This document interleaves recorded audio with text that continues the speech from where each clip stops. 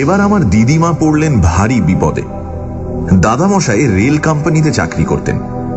সে আজ 50 বছর আগেকার কথা। আমার মা তখনও ছোট্ট ইজের পরা খুকি। তখন এত সব শহর নগর ছিল না, লোকজনও এত দেখা যেত না।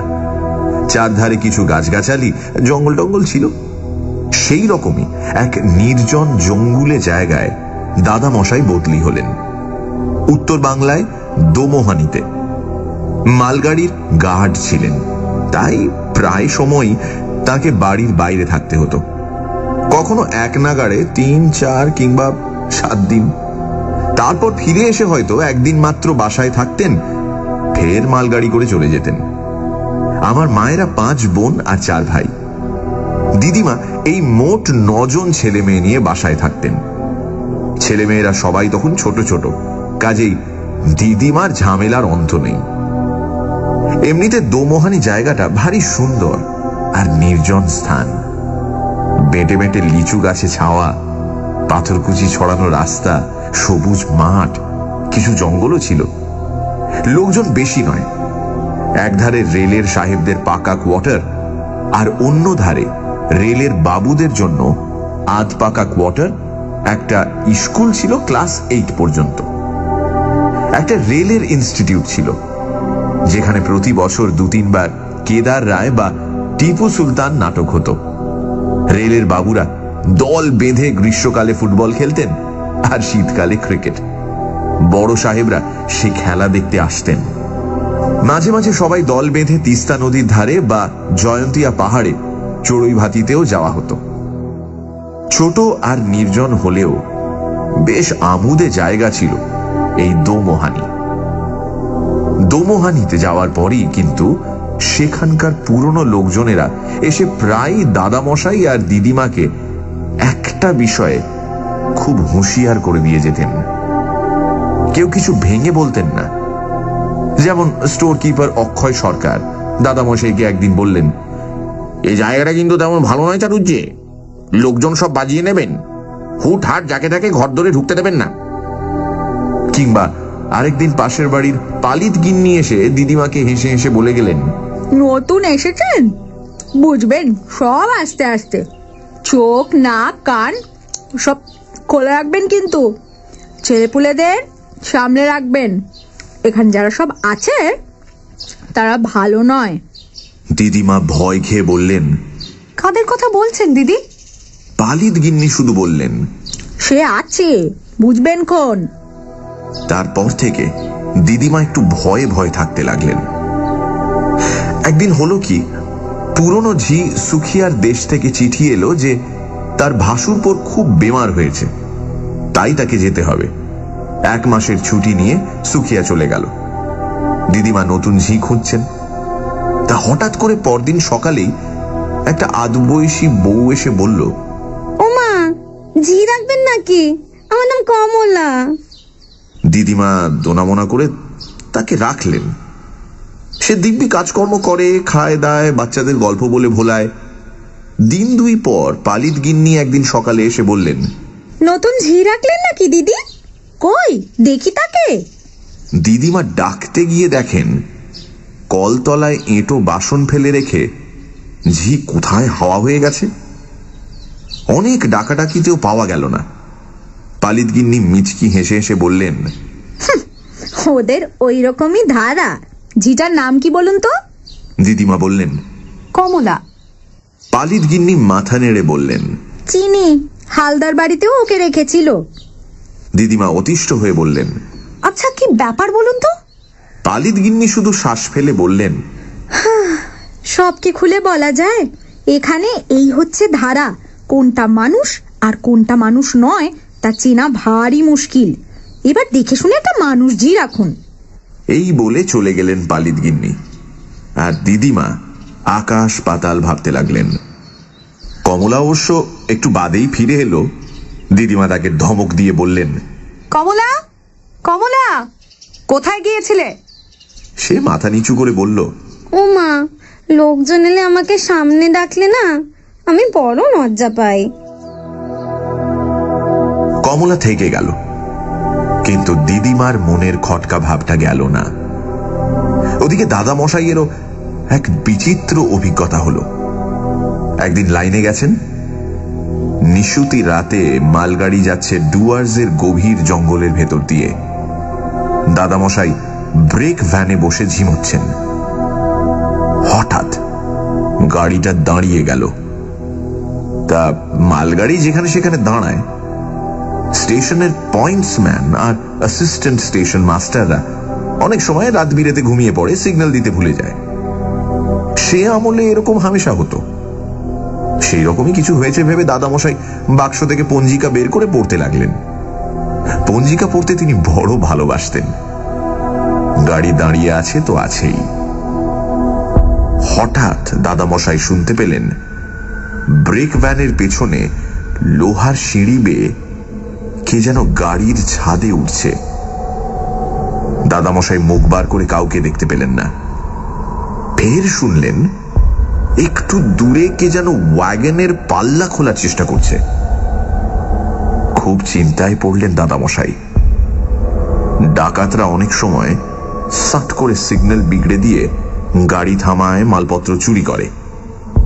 তাই তিনি সরেজমিনে দেখার জন্য গাড়ি থেকে হাতবাতিটা নিয়ে নেমে পড়লেন। লম্বা ট্রেন, তার একদম ডগায় ইঞ্জিন। হাঁটতে হাঁটতে এসে দেখেন লাল সিগন্যাল ইতিমধ্যে সবুজ হয়ে গেছে, কিন্তু ড্রাইভার আর ফায়ারম্যান কয়লার ঢিপির ওপর গামছা পেতে শুয়ে অঘরে ঘুমোচ্ছে। ওদের দোষ নেই, অনেকক্ষণ নাগাড়ে ডিউটি দিচ্ছে, একটু ফাঁক পেয়েছে কি ঘুমিয়ে পড়েছে। বহু ঠেলাঠেলি করে তাদের তুললেন দাদামশাই। তারপর ফের লম্বা গাড়ি পার হয়ে ব্রেক ভ্যানের দিকে ফিরে আসতে লাগলেন। মাঝামাঝি এসেছেন, হঠাৎ শোনেন ইঞ্জিন হুইসেল দিল। গাড়িও ক্যাঁচকোচ করে চলতে শুরু করলো। তিনি তো অবাক। ব্রেক ভ্যানে ফিরে গিয়ে তিনি সবুজ বাতি দেখালে তবে ট্রেন ছাড়ার কথা। তাই দাদামশাই হাঁ করে চেয়ে রইলেন। অবাক হয়ে দেখেন ব্রেক ভ্যান থেকে অবিকল গার্ডের পোশাক পরা একটা লোক হাতবাতি তুলে সবুজ আলো দেখাচ্ছে ড্রাইভারকে। ব্রেক ভ্যানটা যখন দাদামশাইকে পার হয়ে যাচ্ছে, তখন লোকটা তার দিকে চেয়ে ফিক করে হেসে গেল। বহু কষ্টে দাদামশাই সেবার ফিরে এসেছিলেন।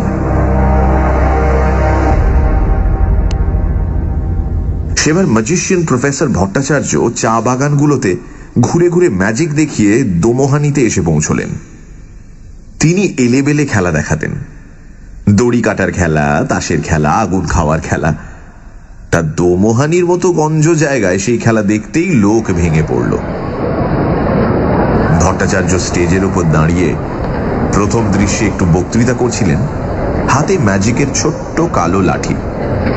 বলছিলেন, ম্যাজিক মানেই হচ্ছে হাতের কৌশল, মন্ত্রতন্ত্র নয়। আপনারা যদি কৌশল ধরে ফেলেন তাহলে দয়া করে চুপ করে থাকবেন, কেউ যেন স্টেজে টর্চের আলো ফেলবেন না, ইত্যাদি। এইসব বলছেন, ম্যাজিক তখনও শুরু হয়নি।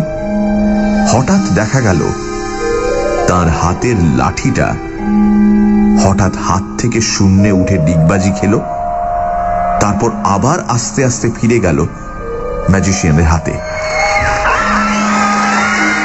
প্রথমে এই আশ্চর্য খেলা দেখে সবাই প্রচন্ড হাততালি দিল, কিন্তু প্রফেসর ভট্টাচার্য খুব গম্ভীর হয়ে গেলেন।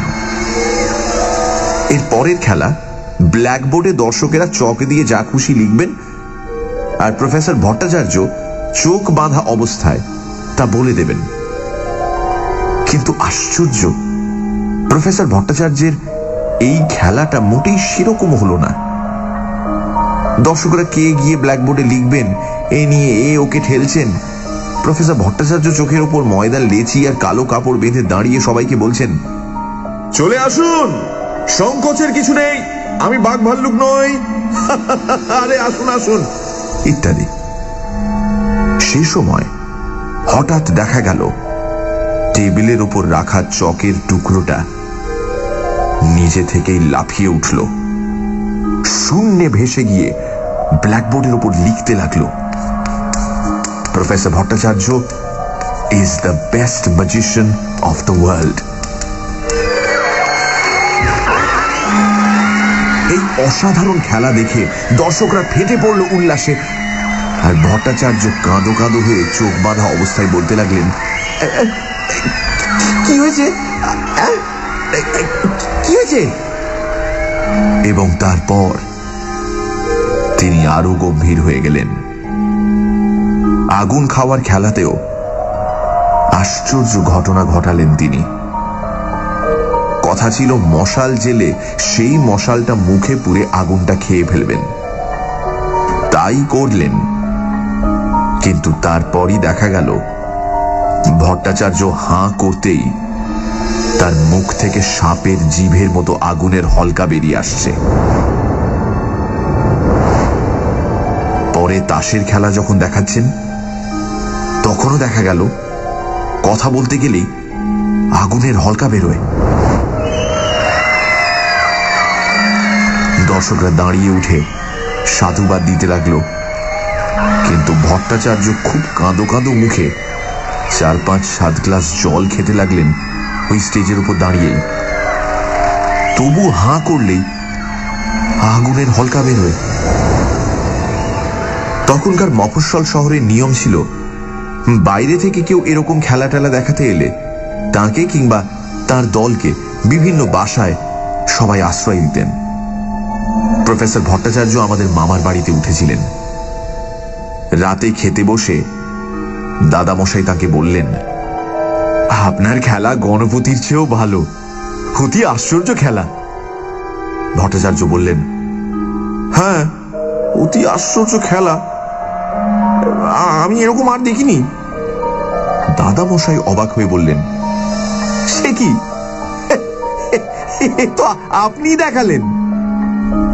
ভট্টাচার্য আমতা আমতা করে বললেন, তা বটে, হ্যাঁ, আমি তো দেখালাম।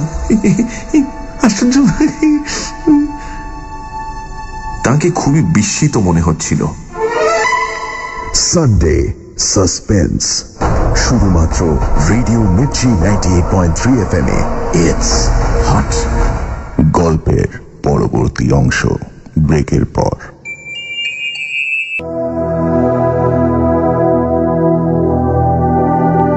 শুনছেন শীর্ষেন্দু মুখোপাধ্যায়ের গন্ধটা খুব সন্দেহজনক। লেখকের দাদামশাই চাকরি সূত্রে উত্তরবঙ্গের দোমোহানিতে বদলি হন। জায়গাটা নাকি তেমন ভালো নয়। কে যে মানুষ আর কে যে মানুষ নয় তা বোঝা মুশকিল। বাড়ির কাজের ঝি কমলার ব্যবহার বেশ অদ্ভুত।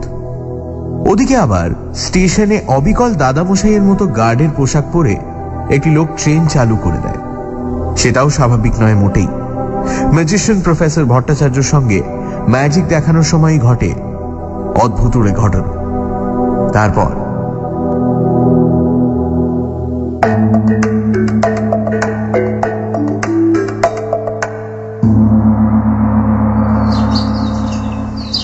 দাদামশাইয়ের বাবা সেবার বেড়াতে এলেন দোমোহানিতে।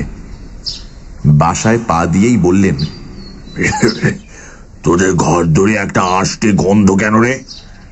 সবাই বললে, আষ্টে গন্ধ? আষ্টে গন্ধ? আমরা তো পাচ্ছি না।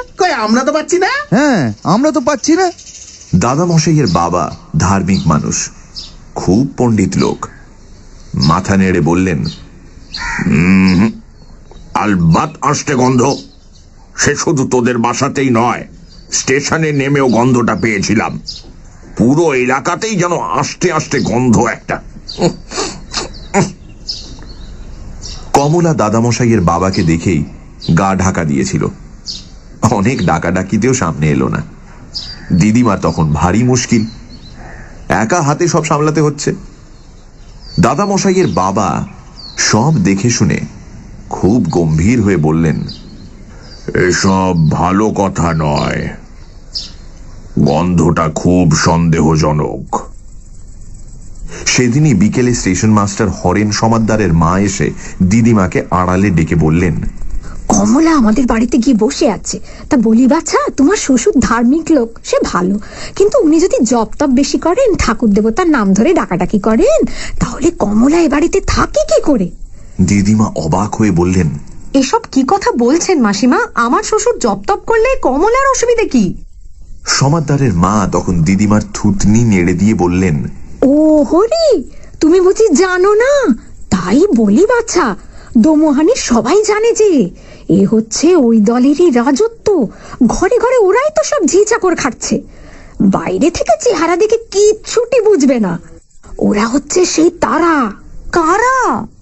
দিদিমা তবু অবাক। বুঝবে বাপু, বুঝবে, রোশো। বলে সমাদ্দারের মা চলে গেলেন। তা কথাটা মিথ্যে নয়। দোমোহানিতে তখন ঝি চাকর কিংবা কাজের লোকের বড় অভাব। ডুয়ার্সের ম্যালেরিয়া, কালাজ্বর, মশা আর বাঘের ভয়ে কোনো লোক সেখানে যেতে চায় না। যাদের না গিয়ে উপায় নেই তারাই যায়, আর গিয়েই পালাই পালাই করে। তবু ঠিক দেখা যেত কারো বাসায় ঝি চাকর বা কাজের লোকের অভাব হলেই ঠিক লোক জুটে যেত। স্টেশন মাস্টার সমাদ্দারের ঘরে একবার দাদামশাই বসে গল্প করছিলেন।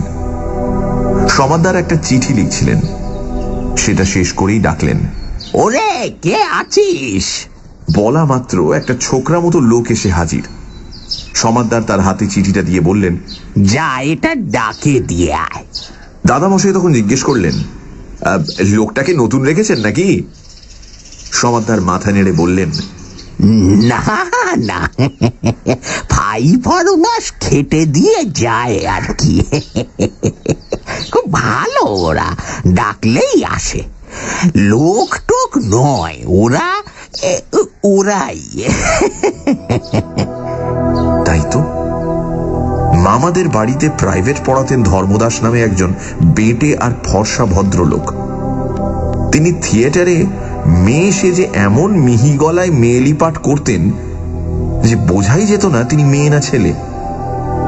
সেবার সিরাজউদ্দৌলা নাটকে তিনি লুৎফা, গিরিশ ঘোষের নাটক। কিন্তু নাটকের দিনই তার ম্যালেরিয়া চাগিয়ে উঠল। লেপ চাপা হয়ে কোঁ কোঁ করছেন। নাটক প্রায় শিখে ওঠে, কিন্তু ঠিক দেখা গেল নাটকের সময় লুৎফার অভাব হয়নি। একেবারে ধর্মদাস মাস্টার মশাই যেন গোঁফ কামিয়ে আগাগোড়া নিখুঁত অভিনয় করে গেলেন।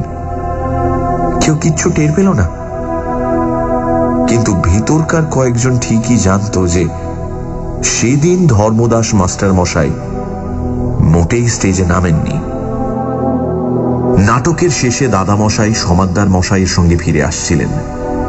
বললেন, দেখলেন কেমন কার্যোদ্ধার হয়ে গেল?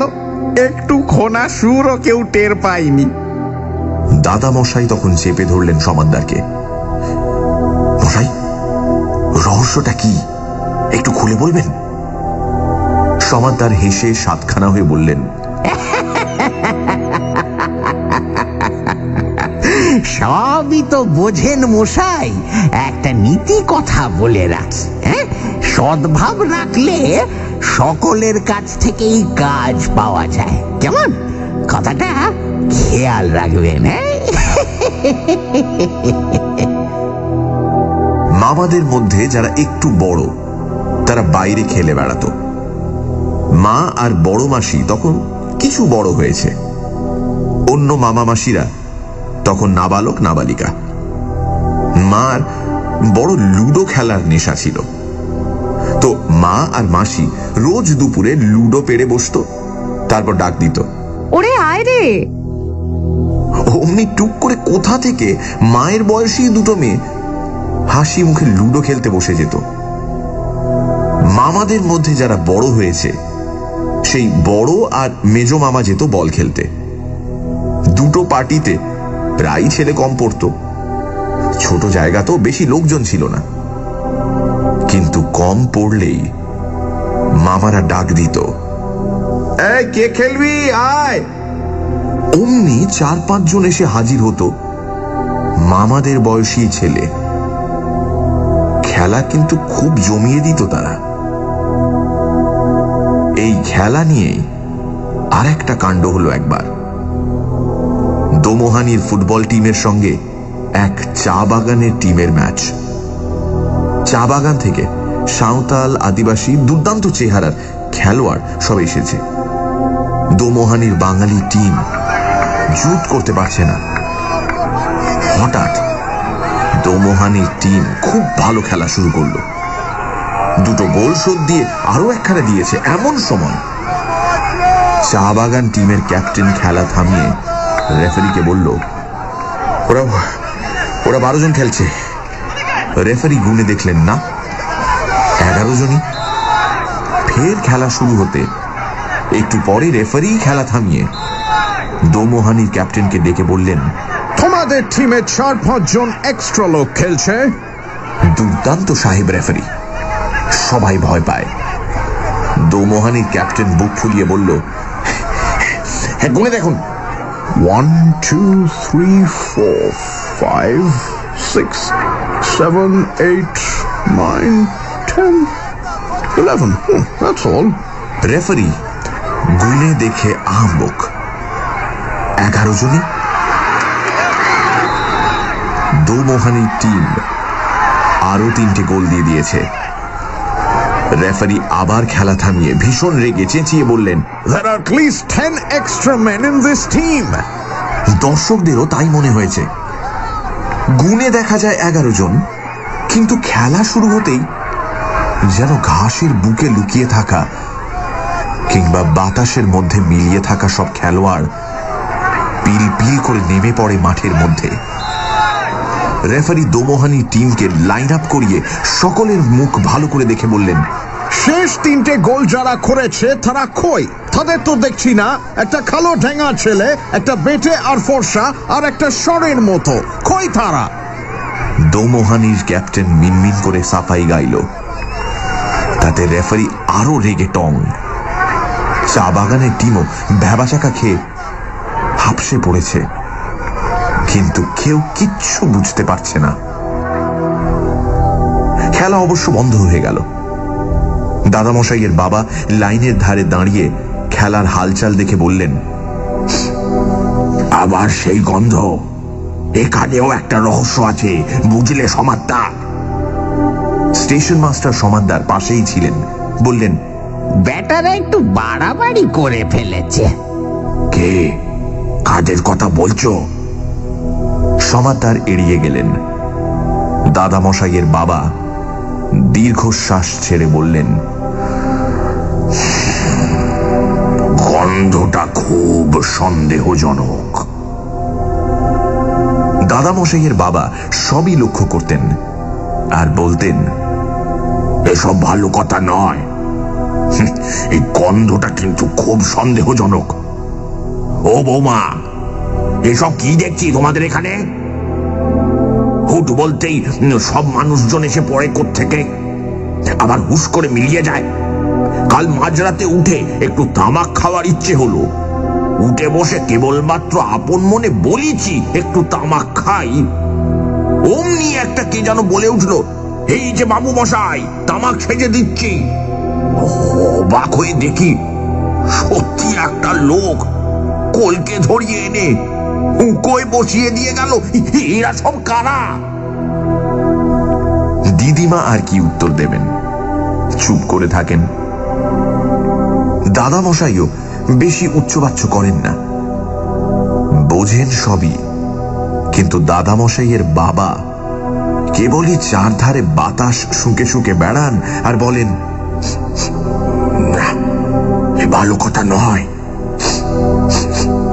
গন্ধটা খুব সন্দেহজনক। মা প্রায়ই তার দাদুর সঙ্গে বেড়াতে যেতেন।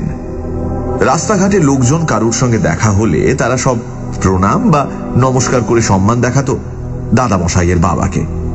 কুশল প্রশ্ন করত, কেমন আছেন জিজ্ঞেস করত। কিন্তু দাদামশাইয়ের বাবা বলতেন, দাঁড়াও বাপু, আগে তোমাকে ছুঁয়ে দেখি, গায়ের গন্ধ শুঁকি, তারপর কথাবার্তা। এই বলে তিনি যাদের সঙ্গে দেখা হতো তাদের গা টিপে দেখতেন, শুঁকতেন, তারপর নিশ্চিন্ত হলে কথাবার্তা বলতেন। তার দোষ দেওয়া যায় না। সেই সময় দোমোহানিতে রাস্তাঘাটে বা হাটে বাজারে যেসব মানুষ দেখা যেত তাদের 12 আনাই নাকি সত্যিকারের মানুষ নয়। তা নিয়ে অবশ্য কেউ মাথা ঘামাতো না, সকলেরই অভ্যেস হয়ে গিয়েছিল। অভ্যেস জিনিসটাই ভারী অদ্ভুত। যেমন বড় মামার কথা বলি। দোমোহানিতে আসবার অনেক আগে থেকেই তার ভারী ভয় ছিল। তারও দোষ দেওয়া যায় না, ওই বয়সে ভূতের ভয় কারি বা না থাকে। তার কিছু বেশি ছিল। সন্ধ্যের পর ঘর থেকে বেরোতে হলেই তার সঙ্গে কাউকে যেতে হতো। দোমোহানিতে আসবার অনেক পরেও সে অভ্যেস যায়নি। একদিন সন্ধেবেলা বসে ধর্মদাস মাস্টার মশাইয়ের কাছে পড়ছেন একা। বাড়ির সবাই পাড়া বেড়াতে গেছে। ঠিক সেই সময় তার বাথরুমে যাওয়ার দরকার হলো। মাস্টার মশাইকে তো আর বলতে পারেন না, আপনি আমার সঙ্গে দাঁড়ান। তাই বাধ্য হয়ে ভিতর বাড়িতে এসে অন্ধকারকে উদ্দেশ্য করে বললেন, এই শুনছিস? অমনি একটা সমবয়সী ছেলে এসে দাঁড়ালো। কি বলছো? আমি একটু বাথরুমে যাব, আমার সঙ্গে একটু দাঁড়াবি চল তো। সেই শুনে ছেলেটা তো হেসে কুটিপাটি বলল, দাঁড়াবো কেন? তোমার কিসের ভয়? হ্যাঁ? বড় মামা ধমক দিলেন, এই ফ্যাচ ফ্যাচ করিস না, দাঁড়াতে বলেছি দাঁড়াবি। ছেলেটা অবশ্য দাঁড়ালো। বড় মামা বাথরুমে কাজ সেরে এলে ছেলেটা বলল, কিসের ভয় বললে না? বড় মামা গম্ভীর হয়ে বললেন, ভূতের। ছেলেটা হাসতে হাসতে বাতাসে মিলিয়ে গেল।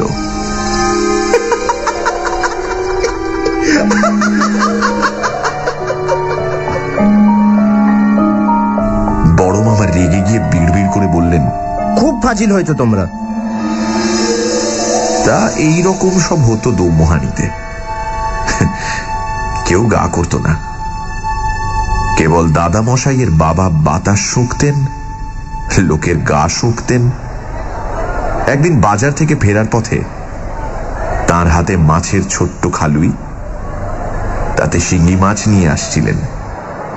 তো একটা মাছ মাঝপথে খালুই বেয়ে উঠে রাস্তায় পড়ে পালাচ্ছে। দাদামশাইয়ের বাবা সেই মাছ ধরতে হিমশিম খাচ্ছেন, ধরলেই কাঁটা দেয় যদি। এমন সময় একটা লোক খুব সহৃদয় ভাবে এসে মাছটাকে ধরে খালুতেই ভরে দিয়ে চলে যাচ্ছিল। দাদামশাইয়ের বাবা তাকে থামিয়ে গা শুঁকেই বললেন,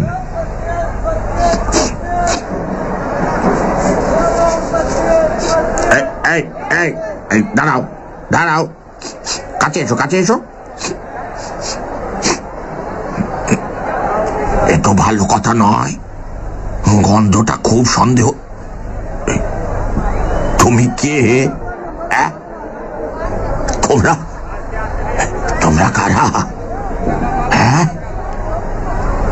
এই বলে দাদামশাইয়ের বাবা তার পথ আটকে দাঁড়ালেন।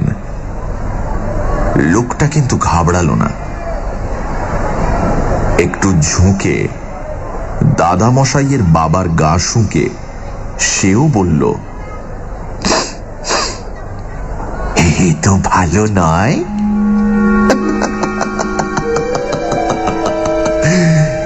গন্ধটা বেশ সন্দেহজনক। আপনি কে বলুন তো? কে? এই বলে লোকটা হাসতে হাসতে বাতাসে অদৃশ্য হয়ে গেল।